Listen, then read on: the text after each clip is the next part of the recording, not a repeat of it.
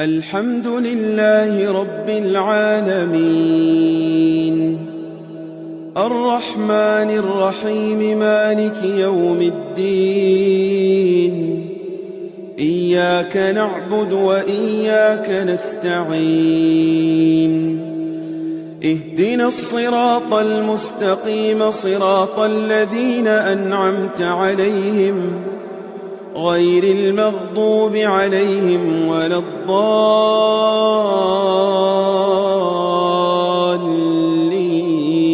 الضالين.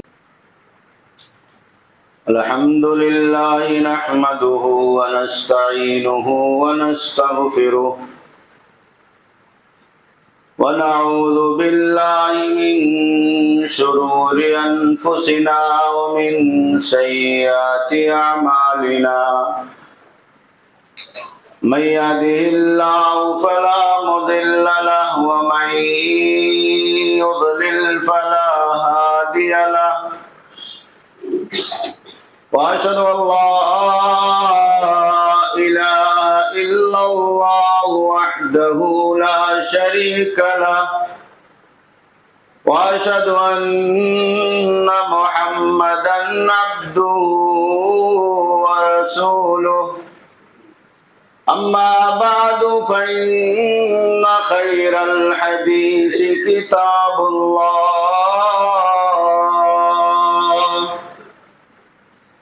وخير الهدي هدي محمد صلى الله عليه وسلم وشر الأمور محدثاتها وكل محدثة بدعة وكل بدعة ضلالة وكل ضلالة في النار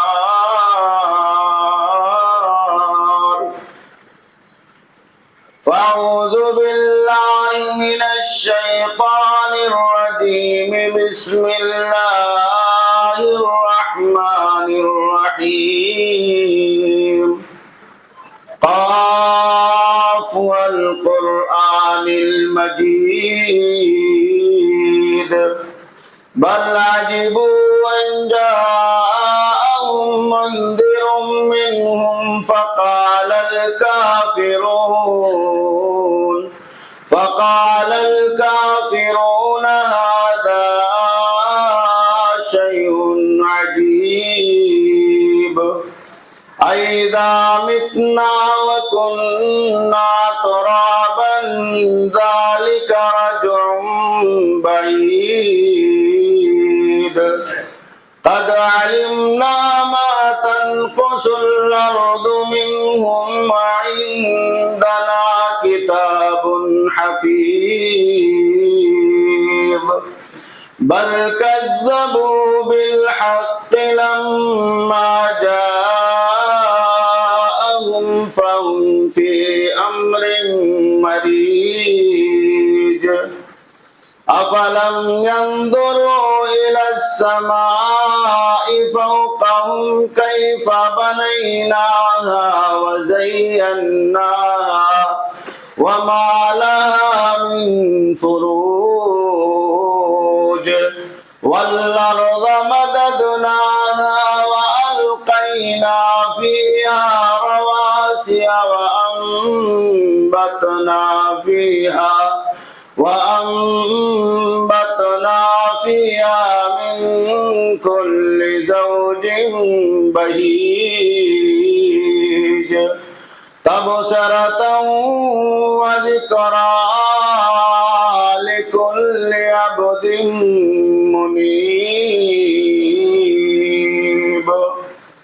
وقال تبارك وتعالى في مقام آخر وأذن في الناس بالحج يأتوك رجالا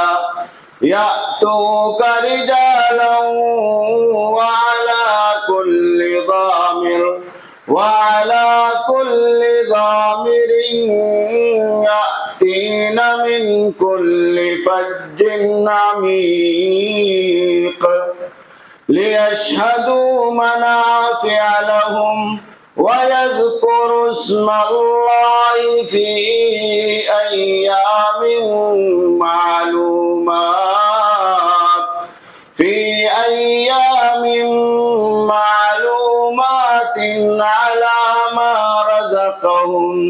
على ما رزقهم من بهيمة الأنعام فكلوا منها وأطعموا البائس الفقير ثم ليقضوا تفثهم وليوفوا نذورهم وليطوفوا بالبيت العتيق۔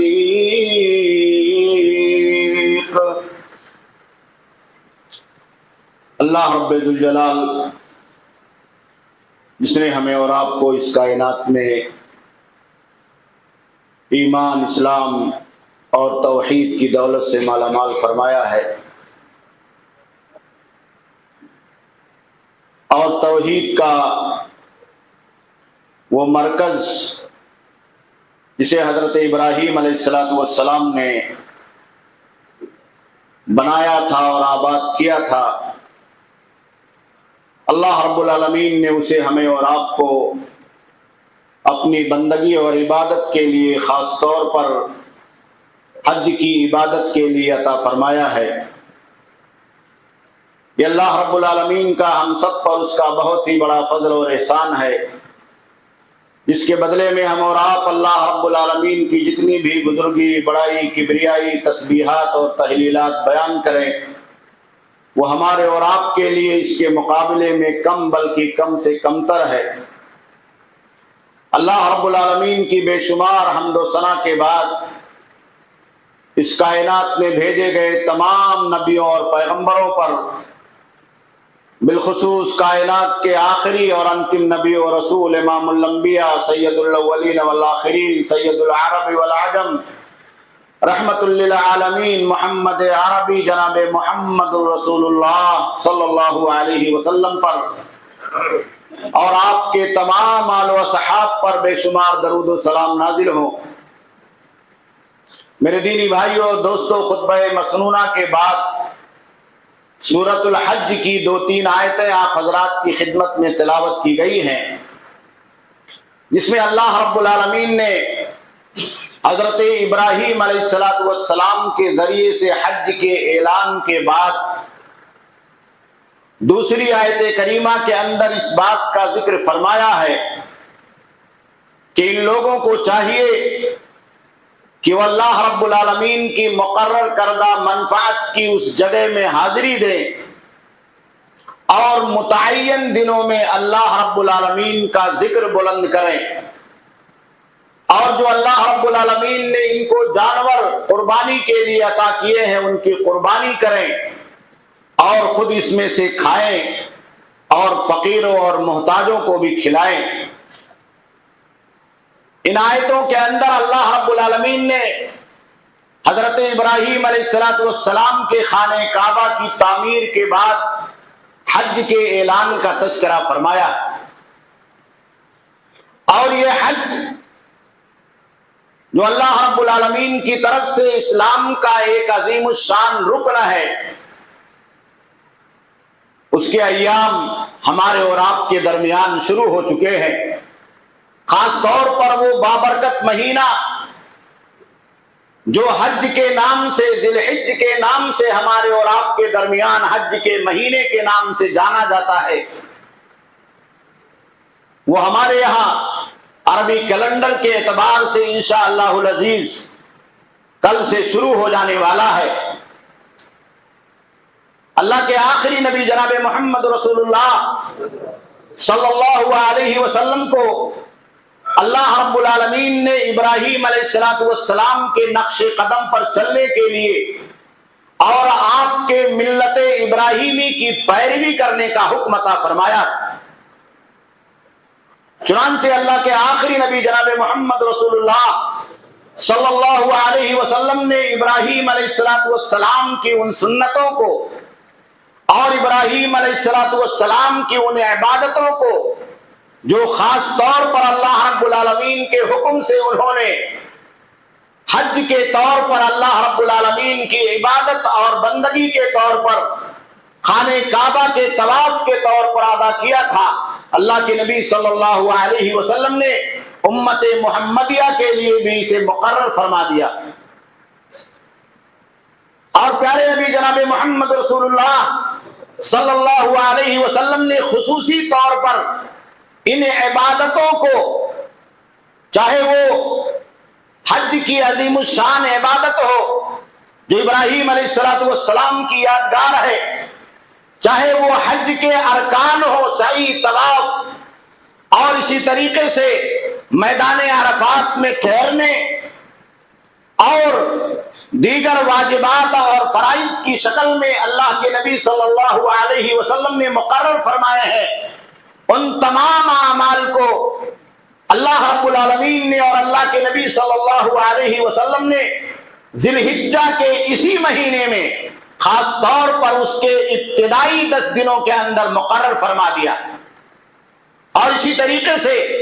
حج کے پہلو بپہلو قربانی کی وہ عظیم الشان عبادت جو ہمارے اور آپ کے لیے اس دنیا کے اندر اللہ رب العالمین کی محبوب ترین عبادت ہے، اس کو بھی اللہ کے نبی صلی اللہ علیہ وسلم نے ذی الحجہ کے ان ابتدائی 10 دنوں کے آخری دن جو 10ویں ذی الحجہ کہلاتا ہے، عید الاضحیٰ کا دن ہوتا ہے، اس دن اللہ رب العالمین نے مقرر فرما دیا۔ اسی لیے ان 10 دنوں کی فضیلت کا اور اس کی اہمیت کا، اس کے مقام اور مرتبے کا ذکر اللہ رب العالمین نے خود قرآن مجید کے اندر بیان فرمایا ہے، اور پیارے نبی جناب محمد رسول اللہ صلی اللہ علیہ وسلم نے احادیث مبارکہ کے اندر ذکر فرمایا۔ کل سے جو عشرہ شروع ہونے والا ہے وہ ذی الحجہ کا عشرہ ہے، جسے ابتدائی عشرہ کہا جاتا ہے۔ حافظ ابن حجر رحمہ اللہ نے لکھا ہے کہ یہ عشرہ اس وجہ سے ممتاز ہے کہ اس میں اللہ رب العالمین نے بہت ساری عبادتوں کو ایک ساتھ اکٹھا کر دیا ہے۔ اس میں عرفہ کا روزہ بھی ہے، اس میں حج کی عبادت بھی ہے، اس میں حج کے اعمال بھی ہیں، اور اس میں حج کے ارکان اور واجبات بھی ہیں، اور اسی طریقے سے اس میں اللہ رب العالمین کے عظیم الشان عبادت قربانی بھی ہے۔ تو گویا کہ نماز اور حج کی عبادت، طواف بیت اللہ اور خانہ کعبہ کی زیارت اور قربانی، اور اسی طریقے سے یوم عرفہ اور اس کا روزہ، ان تمام عبادتوں کو اللہ رب العالمین نے ایک ساتھ اس عشرے کے اندر اکٹھا فرما دیا۔ اسی لیے اللہ رب العالمین نے خود ان 10 دنوں کی قسم کھائی۔ آپ قرآن مجید پڑھتے ہیں، سورہ فجر، والفجر ولیال عشر والشفع والوتر، اللہ رب العالمین نے قسم کھایا بہت سارے اوقات کی، تو کہا کہ فجر کے وقت کی قسم ہے، اور ان 10 راتوں کی قسم ہے۔ عبداللہ ابن عباس رضی اللہ تعالیٰ عنہما بیان فرماتے ہیں کہ ان 10 راتوں سے مراد ذی الحجہ کے یہ ابتدائی 10 دن ہیں، ایام العشر ہیں، جن کو اللہ رب العالمین نے ذی الحجہ کے شروع میں رکھا ہے۔ اور اللہ رب العالمین جب کسی چیز کی قسم کھاتا ہے تو اس کا مقصد یہ ہوتا ہے کہ وہ چیز یا وہ دن یا وہ مقام یا وہ ایام اللہ رب العالمین کی نگاہ میں بہت ہی بلند اور بہت ہی اہمیت اور فضیلت کے حامل ہے۔ اسی لیے قرآن مجید کی جو آیت کریمہ میں نے آپ کے سامنے پڑھی، اس میں اللہ رب العالمین نے جب حج کا تذکرہ فرمایا اور ابراہیم علیہ السلام کو کہا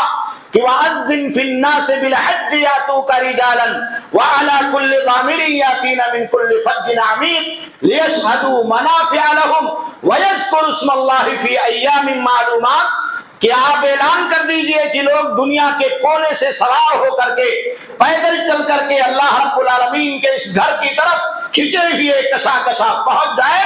تاکہ یہاں جو منفعت اللہ رب العالمین نے رکھی ہے عبادت کی اور دنیاوی اعتبار سے بھی جو منفعت ہے، وہاں وہ مکہ کے اندر، بیت اللہ کے اندر اور اس مقدس سرزمین پر حاضر ہو کر کے پالے۔ اور اس کے بعد اللہ رب العالمین نے بیان فرمایا کہ یہاں آنے کا جو ایک عظیم مقصد ہے کہ وَيَذْكُرُ اسْمَ اللَّهِ فِي أَيَّامٍ مَّعْلُومَاتٍ، کہ اللہ نے کچھ دنوں کو مقرر کر دیا ہے، تو ان مقررہ دنوں میں وہ یہاں آ کر کے اللہ رب العالمین کا ذکر کریں، اللہ کو یاد کریں۔ سیدنا ابن عباس رضی اللہ تعالیٰ عنہ بیان فرماتے ہیں، صحیح بخاری کی روایت ہے کہ ایام معلومات سے مراد ایام عشر ہے، عشرہ ذی الحجہ کے یہ ابتدائی 10 دن ہیں۔ اللہ نے اس میں ذکر کرنے کا حکم دیا ہے، اللہ نے تکبیر بلند کرنے کا حکم دیا ہے، اللہ رب العالمین نے لا الہ الا اللہ پڑھنے کا حکم دیا ہے، اور وہ تمام اذکار جو شرعی طور پر اللہ رب العالمین کی عبادت کے لیے اور اللہ کے ذکر کے لیے بلند کیے جاتے ہیں۔ تو یہ ایام عشر، ان کی اللہ رب العالمین نے قسم بھی کھائی ہے، ان کو اللہ رب العالمین نے ایام معلومات سے بھی تعبیر فرمایا ہے۔ اور دوسری روایت میں پیارے نبی جناب محمد رسول اللہ صلی اللہ علیہ وسلم سے حضرت جابر بن عبداللہ رضی اللہ تعالیٰ عنہ روایت کرتے ہیں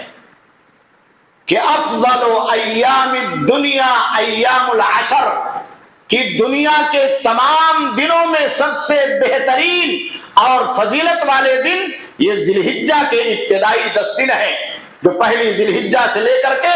قربانی تک آتے ہیں، 10 ذی الحجہ تک آتے ہیں جس دن قربانی کی جاتی ہے۔ علامہ البانی رحمہ اللہ نے صحیح الجامع میں اس روایت کو صحیح قرار دیا ہے اور اس کی سند صحیح ہے۔ اسی لیے بعض علماء نے اس بات کو ذکر فرمایا کہ رمضان المبارک کا جو آخری عشرہ ہے وہ اپنی راتوں کے اعتبار سے پورے سال میں سب سے بہتر ہے، اور ذی الحجہ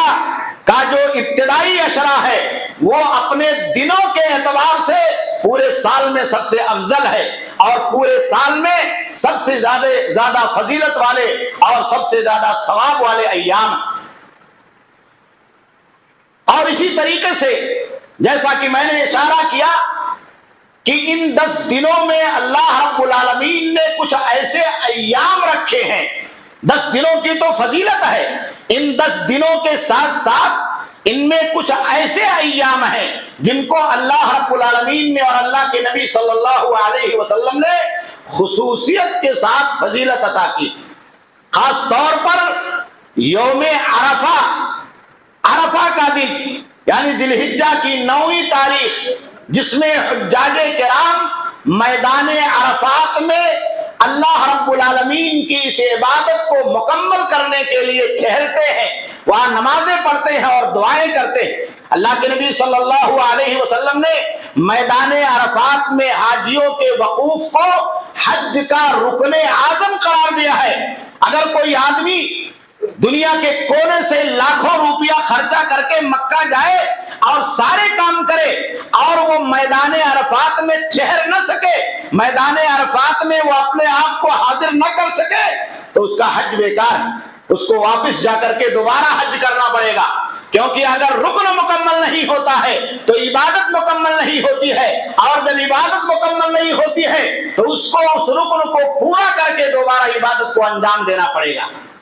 تو عرفہ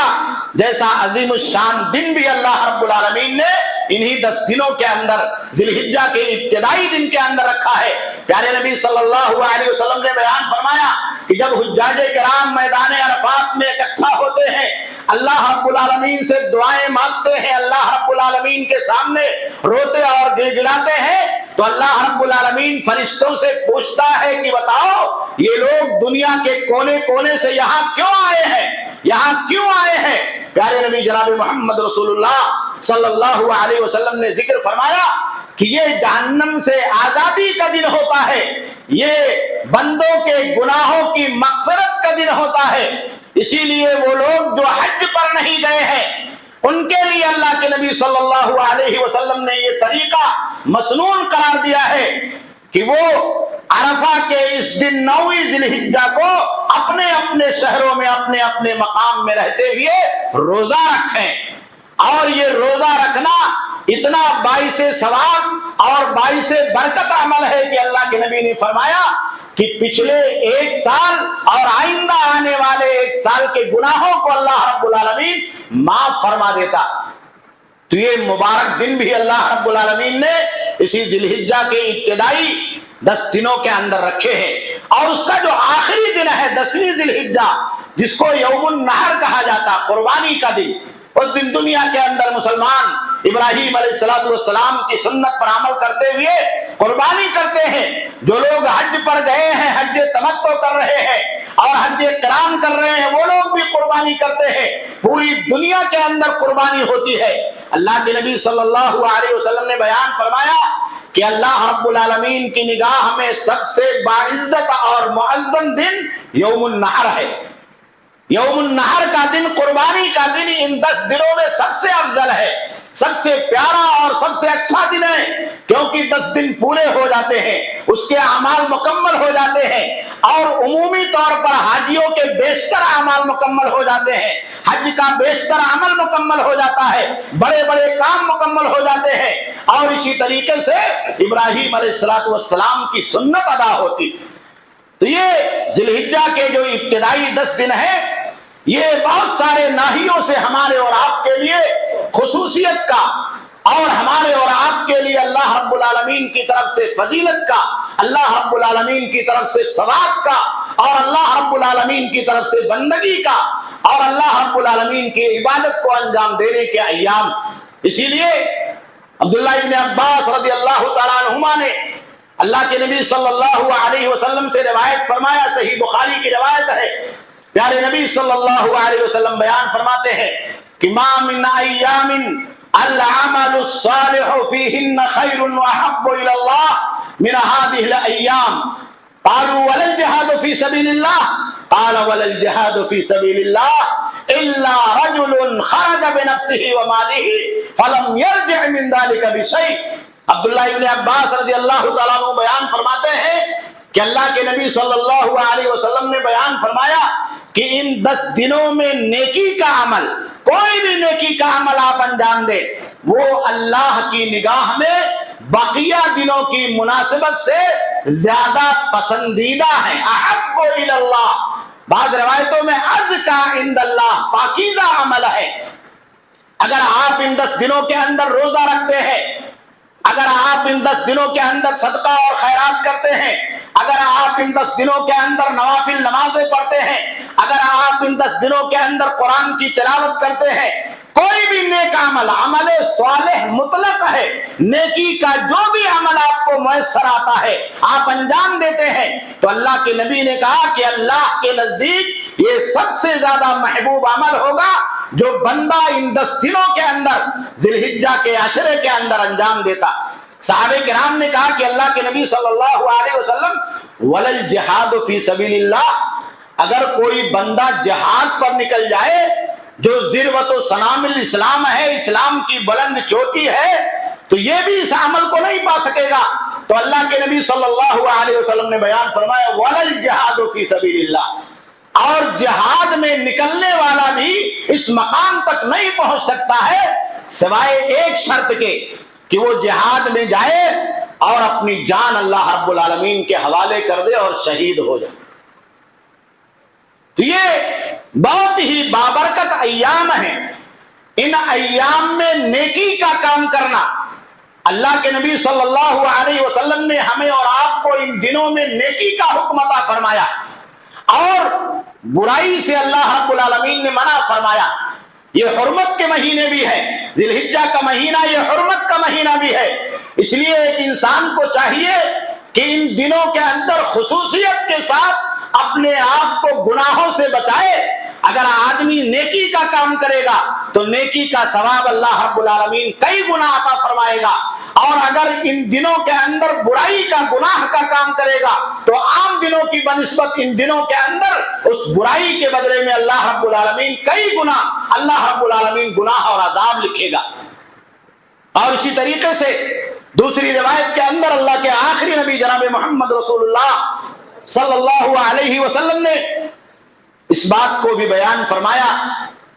جب صحابہ کرام نے پوچھا اور آپ نے ان دنوں کی اہمیت کا ذکر کیا تو اللہ کے نبی صلی اللہ علیہ وسلم نے ان دنوں میں کہا فَأَكْثِرُوا فِيهِنَّ مِنَ التَّحْلِيلِ وَالتَّكْبِيرِ وَالتَّحْمِيدِ، کہا ان دنوں کے اندر زیادہ سے زیادہ لا الہ الا اللہ پڑھو۔ تحلیل کا مطلب ہوتا لا الہ الا اللہ پڑھنا، تکبیر زیادہ سے زیادہ اللہ اکبر پڑھو، اور تحمید زیادہ سے زیادہ الحمدللہ کہو۔ آپ نے قرآن کی آیت سنی جس میں اللہ رب العالمین نے بیان فرمایا وَيَذْكُرُ اسْمَ اللَّهِ فِي أَيَّامٍ مَّعْلُومَاتٍ، کہ ان 10 دنوں کے اندر اللہ کا ذکر کرنا۔ تو یہ ذکر مطلق ہے، آپ مطلق طور پر کوئی بھی تسبیح کا کلمہ پڑھ سکتے ہیں۔ ذکر کے اندر قرآن مجید کی تلاوت بھی داخل ہے، آپ قرآن مجید کی تلاوت کر سکتے ہیں، اللہ کا نام آپ بلند کر سکتے ہیں، اللہ کو یاد کر سکتے ہیں، اور خصوصیت کے ساتھ پیارے نبی جناب محمد رسول اللہ صلی اللہ علیہ وسلم نے بیان فرمایا کہ لا الہ الا اللہ پڑھنا چاہیے، اللہ اکبر پڑھنا چاہیے، اور الحمدللہ پڑھنا چاہیے۔ آپ دیکھیے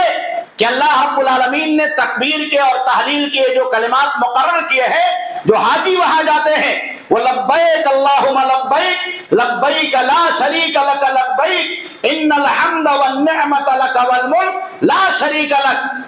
اس میں بھی تکبیر ہے، اللہ کی حمد ہے، اور کلمہ لا الہ الا اللہ اللہ کی تحلیل ہے، جو حاجیوں کو پیارے نبی جناب محمد رسول اللہ صلی اللہ علیہ وسلم نے خصوصیت کے ساتھ تلبیہ کے کلمات سکھلائے ہیں۔ اور ہمیں اور آپ کو جس بات کا حکم ہے، جیسے ہم عید کے دن تکبیرات عید پڑھتے ہیں تو اس میں بھی اللہ کے نبی صلی اللہ علیہ وسلم نے یہی سکھلایا کہ اللہ اکبر لا الہ الا اللہ واللہ اکبر وللہ الحمد، تو وہ اللہ کی تکبیر پر شامل ہے، اس میں لا الہ الا اللہ بھی ہے اور اخیر میں اللہ کی حمد بھی ہے۔ تو آپ چاہیں تو ان کلمات کو ایک ساتھ پڑھ لیں، آپ چاہیں الگ الگ پڑھ لیں، آپ چاہے نمازوں کے بعد پڑھیں، آپ چاہے اپنے گھروں میں پڑھیں، خالی اوقات میں پڑھیں۔ خاص طور پر حضرت ابو ہریرہ اور عبداللہ ابن عمر رضی اللہ عنہما وغیرہم سے منقول ہے، صحیح بخاری کی روایت ہے کہ یہ لوگ جب بازاروں میں نکلتے تھے تو بلند آواز سے تکبیر پڑھتے تھے ان عشروں کے اندر، ذی الحجہ کے ان ابتدائی 10 دنوں کے اندر، یہاں تک کہ جب لوگ سنتے تھے کہ حضرت عبداللہ ابن عمر بازار میں اللہ اکبر پڑھ رہے ہیں تو ان کو بھی یاد آ جاتا تھا، وہ لوگ بھی پیچھے اللہ اکبر پڑھنے لگتے تھے۔ تو ہمیں اور آپ کو چاہیے کہ کثرت سے ان 10 دنوں کے اندر اللہ رب العالمین کا ذکر کریں، اللہ رب العالمین کی تحلیل بیان کریں، لا الہ الا اللہ پڑھیں، اور اسی طریقے سے الحمدللہ اور ذکر کے دوسرے کلمات جو اللہ کے نبی صلی اللہ علیہ وسلم نے سکھلائے ہیں وہ ہم اور آپ پڑھیں۔ اور اسی طریقے سے اللہ کے آخری نبی جناب محمد رسول اللہ صلی اللہ علیہ وسلم نے، جیسا کہ میں نے ذکر کیا کہ عرفہ کے دن کا روزہ، 9ویں تاریخ کا روزہ، یہ غیر حاجیوں کے لیے مسنون قرار دیا، جو حج پر ہیں ان کے لیے نہیں ہے، کیونکہ وہاں وہ ایک بہت بڑے عمل کو مکمل کرنے کے لیے گئے ہیں، کھلے ہوئے میدان میں ہے، دھوپ ہے، اور ان کے کھانے اور پینے کا وہاں اپنی طرف سے کوئی انتظام نہیں ہے، اور وہ اپنے ایک حج کے ارکان کو مکمل کرنے کے لیے اس میدان کے اندر حاضر ہے، تو اللہ کے نبی صلی اللہ علیہ وسلم نے حاجیوں کو اسے رخصت دے دی۔ لیکن جو لوگ حج پر نہیں گئے ہیں ان کے لیے یہ سنت ہے کہ وہ لوگ اس دن کا روزہ رکھیں۔ تو روزہ رکھنا بھی یہ اس عشرے کے اندر ایک بہت بڑی عبادت، پیارے نبی جناب محمد رسول اللہ صلی اللہ علیہ وسلم سے صحیح ابو داؤد، سنن ابو داؤد کی ایک صحیح روایت میں یہ بات ذکر ہے کہ اللہ کے نبی صلی اللہ علیہ وسلم ذی الحجہ کے 9 دنوں کا روزہ رکھا کرتے تھے۔ تو اگر کوئی آدمی روزہ رکھنا چاہے تو روزہ بھی رکھ سکتا۔ اور اسی طریقے سے قربانی کا جو تذکرہ آیا، قربانی آپ جانتے ہیں کہ ابراہیم علیہ السلام کی سنت، پوری حج کی عبادت اور ذی الحجہ کا یہ پورا مہینہ اور یہ بابرکت عشرہ ابراہیم علیہ السلام کی یادگار سے اور ابراہیم علیہ السلام کی سنت سے جڑا ہوا۔ انبیاء کرام کو اللہ رب العالمین کی طرف سے وحی آتی تھی، جبریل آتے تھے، اللہ کا حکم لے کر کے آتے تھے، اور کبھی کبھی اللہ رب العالمین خواب کے اندر بھی اپنے نبیوں کو کوئی بات دکھلاتا تھا، کسی کام کو کرنے کا حکم دیتا تھا، تو نبی کا خواب سچا ہوتا ہے، نبی کا خواب بھی وحی کا ایک حصہ ہوتا ہے، اللہ کے حکم کا ایک حصہ ہوتا۔ تو انبیاء کرام نے اس پر عمل کیا۔ ابراہیم علیہ السلام نے ایک رات خواب دیکھا کہ چھری لے کر کے اپنے بیٹے اسماعیل علیہ السلام کو ذبح کر رہے ہیں۔ یہ اس دنیا کے اندر کائنات میں وہ آخری آزمائش تھی جو اللہ رب العالمین نے ابراہیم علیہ السلام کو آزمایا، اور بیٹے کے ذبح اور قربانی کی شکل میں اللہ رب العالمین نے اس کا مطالبہ کیا۔ نہ اس سے پہلے کسی نبی کو اس قدر آزمایا گیا تھا، اور نہ اس کے بعد کسی نبی کو اس قدر آزمایا گیا۔ اتنی بڑی آزمائش کسی کی زندگی میں نہیں ڈالی گئی۔ اور اللہ کی آزمائش میں جب کوئی بندہ تو اللہ رب العالمین اسی دنیا کے اندر نقد انعام دیتا۔ ابراہیم علیہ السلام تمام آزمائشوں کے اندر کامیاب ہو گئے۔ اللہ رب العالمین نے حکم دیا کہ بیوی اور بچوں کو بے آب و گیاہ میدان میں چھوڑ کر کے آ جاؤ، تو ابراہیم علیہ السلام نے چھوڑ دیا۔ ہزاروں میل کا سفر طے کر کے، اپنے وطن کو چھوڑ کر کے، پڑوسی وطن کو چھوڑ کر کے، دوسرے ملکوں کو چھوڑ کر کے، پہاڑوں، وادیوں، ریگزاروں اور کوہساروں سے گزرتے ہوئے، بیابانوں سے گزرتے ہوئے مکہ کی اس سرزمین اور وادی پر پہنچے جہاں ایک پرندہ بھی رہنے والا نہیں تھا، لیکن اللہ کا حکم تھا۔ ابراہیم علیہ السلام نے اپنے بیوی اور بچوں کو چھوڑا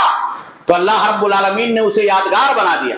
یادگار بنا دیا۔ وہاں پر ایک گھر کو تعمیر کیا گیا، ہاجرہ دوڑی تو اللہ رب العالمین نے اسے سعی کا ایک حصہ بنا دیا۔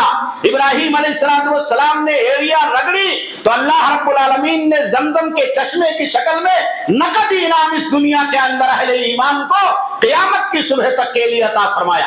تو ایسے ہی جب خواب دیکھا ابراہیم علیہ السلام نے اور اپنے بیٹے سے بیان کیا، کیا بنی انی ارا فی المنام انی اذبحک فانظر ماذا ترى،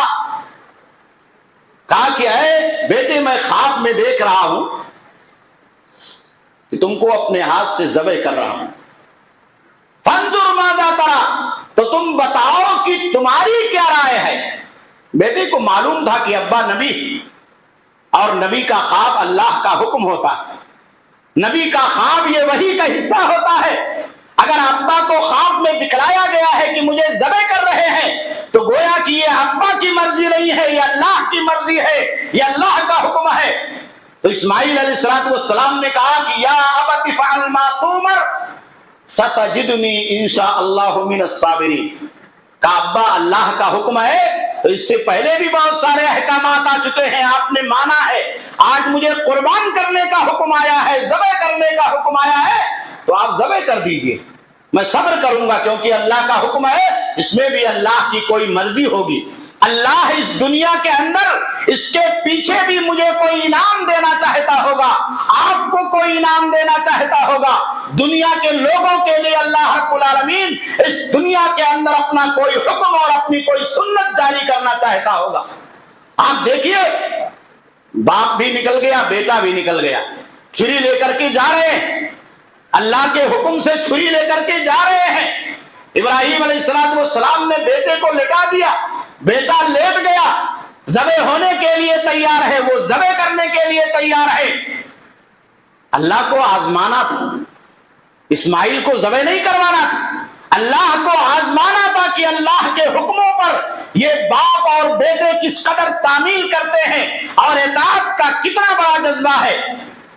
تو جیسے ابراہیم علیہ السلام نے چھری کو نکال کر کے اپنے بیٹے اسماعیل کے گلے پر چلانا چاہا تو اللہ رب العالمین کی طرف سے حکم آ گیا، قد صدقت الرؤیا انا کذالک نجزی المحسنین، کہا بس کرو ابراہیم،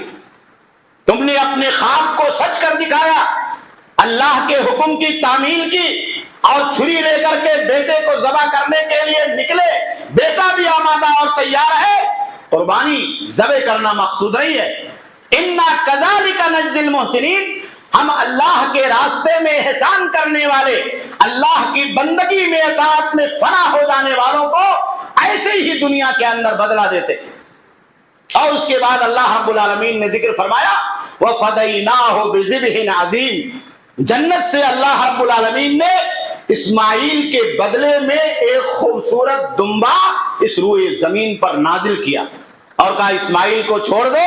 آزمائش میں کامیاب ہو گئے، یہ جو جنت کا دمبا ہے اسی کو اسماعیل کے بدلے میں قربان کر دو، تمہاری قربانی پوری ہو گئی، آزمائش میں کامیاب ہو گئے، اور یہی قربانی قیامت کی صبح تک آنے والے تمام توحید پرستوں کے لیے، ملت ابراہیمی پر چلنے والوں کے لیے، اور آخری نبی جناب محمد رسول اللہ صلی اللہ علیہ وسلم کے ماننے والوں کے لیے سنت قرار دی گئی۔ اللہ کے نبی صلی اللہ علیہ وسلم مدینہ کے اندر 10 سال رہے، کسی سال آپ نے قربانی کرنے میں ناغہ نہیں کیا، ہمیشہ آپ قربانی کرتے رہے، اور قربانی کے اندر کبھی آپ پیچھے نہیں رہے۔ حجۃ الوداع کے موقع پر گئے اللہ کے نبی صلی اللہ علیہ وسلم تو آپ نے 100 اونٹوں کی قربانی پیش کی۔ آپ تصور کریں کہ ابراہیم علیہ السلام کا وہ جذبہ، ابراہیم علیہ السلام کی وہ قربانی، اسماعیل علیہ السلام کی وہ اطاعت، اور اللہ رب العالمین کی طرف سے آسمان سے جنت سے ایک دمبے کا نازل کرنا، پیارے نبی صلی اللہ علیہ وسلم نے اس سنت کو اپنی زندگی کے اندر کیسے اختیار کر لیا۔ اور حج کے اندر بھی قربانی کو اللہ رب العالمین نے، جو حج تمتع اور حج قران ہے، وہ اللہ کے نبی صلی اللہ علیہ وسلم نے حاجیوں کے اوپر واجب کر دیا۔ تو یہ ایام بہت مبارک ایام، بہت ہی بابرکت ایام ہیں، اس لیے ہمیں اور آپ کو چاہیے کہ ہم اور آپ اپنے آپ کو زیادہ سے زیادہ ان ایام میں اللہ کی عبادت میں، اللہ رب العالمین کی بندگی میں، اور ان نیکی کے کاموں کے اندر لگائیں جو نیکی کے کام ہماری اور آپ کی دنیا کو بنانے کے ساتھ ساتھ اللہ رب العالمین کی رضا کے لیے ہم اور آپ انجام دیتے، اور آخرت میں وہ ہمارے اور آپ کے لیے ہمارے نام اعمال میں ذخیرے کے طور پر اللہ رب العالمین کی طرف سے لکھے جاتے۔ کوئی بہت زیادہ دن نہیں ہے، صرف 10 دن ہے۔ 10 دنوں کے اندر اگر آدمی اپنے آپ کو مینٹین کر لے، اپنے آپ کو تیار کر لے، اور اپنے آپ کو مکمل طریقے سے متوجہ کر کے اللہ رب العالمین کی طرف اپنے آپ کو خالص کر لے، تو ان 10 دنوں کی فضیلت کو مکمل طریقے سے وہ حاصل کر سکتا۔ اس لیے میرے بھائیوں، میرے دوستوں، ہماری اور آپ کی زندگی کی وہ اوقات جو ادھر ادھر ضائع ہو رہے ہیں، برباد ہو رہے ہیں، ان تمام اوقات کو بچا کر کے ہم اور آپ ان 10 دنوں کی فضیلت کو پانے کے لیے تگ و دو کریں، جد و جہد کریں، تاکہ ہماری دنیا بھی کامیاب ہو جائے، آخرت بھی کامیاب ہو جائے۔ اللہ رب العالمین سے دعا ہے کہ اللہ رب العالمین ہم تمام لوگوں کو ان 10 دنوں کی فضیلت کو سمجھنے کی توفیق اور سعادت عطا فرما۔ اللہ رب العالمین اس میں ہم تمام لوگوں کو زیادہ سے زیادہ نیکیاں کرنے اور اعمال صالحہ کرنے، ذکر و اذکار کرنے، لا الہ الا اللہ پڑھنے، تکبیر بلند کرنے، اور اسی طریقے سے ذکر کے تمام کلمات کو بلند کرنے کی سعادت اور توفیق عطا فرما۔ اللہ رب العالمین دنیا کے کونے سے حج کرنے کے لیے ہمارے جو مسلمان بھائی سفر پر ہیں یا وہاں پہنچ چکے ہیں، اللہ رب العالمین ان کے سفر کو آسان فرما دے، اللہ رب العالمین ان کی حفاظت فرما، اللہ رب العالمین ان کے پیچھے ان کے بچوں کی، ان کے کنبوں کی حفاظت فرما، اللہ رب العالمین انہیں حج کے تمام ارکان کو، اعمال کو، فرائض اور واجبات کو امن اور سکون کے ساتھ اپنے نبی جناب محمد رسول اللہ صلی اللہ علیہ وسلم کی سنت کے مطابق ادا کرنے کی توفیق عطا فرما۔ اللہ رب العالمین اس بیت اللہ الحرام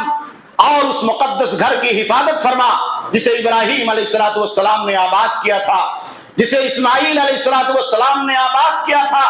اللہ رب العالمین حرمین شریفین کی حفاظت فرما،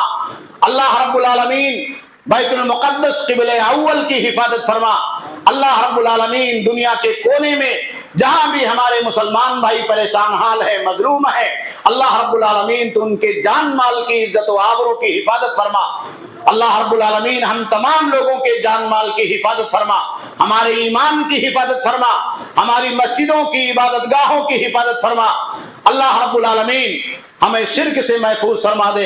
ہمیں کفر سے محفوظ فرما دے، اللہ رب العالمین برائی کے راستوں سے اور برائی کی جگہوں سے اللہ رب العالمین ہم تمام لوگوں کو محفوظ فرما دے۔ اللہ رب العالمین ہم تمام لوگوں کو بیت اللہ کی زیارت کی سعادت نصیب فرما۔